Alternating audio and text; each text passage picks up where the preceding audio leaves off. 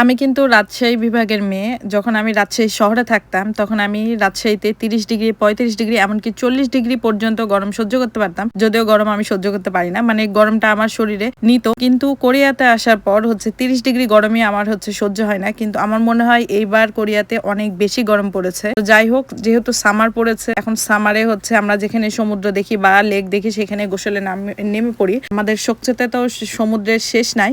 যারা বাংলাদেশে থাকে তারা মনে করে কোরিয়া যেহেতু শীত প্রধান দেশ, স্নো পড়ে, তাই কোরিয়াতে সব সময় ঠান্ডা, গরম গরমই না।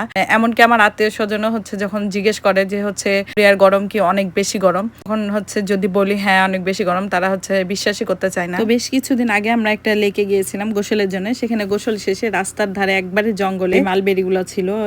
মালবেরি গুলো একদম সবগুলোই ছিল।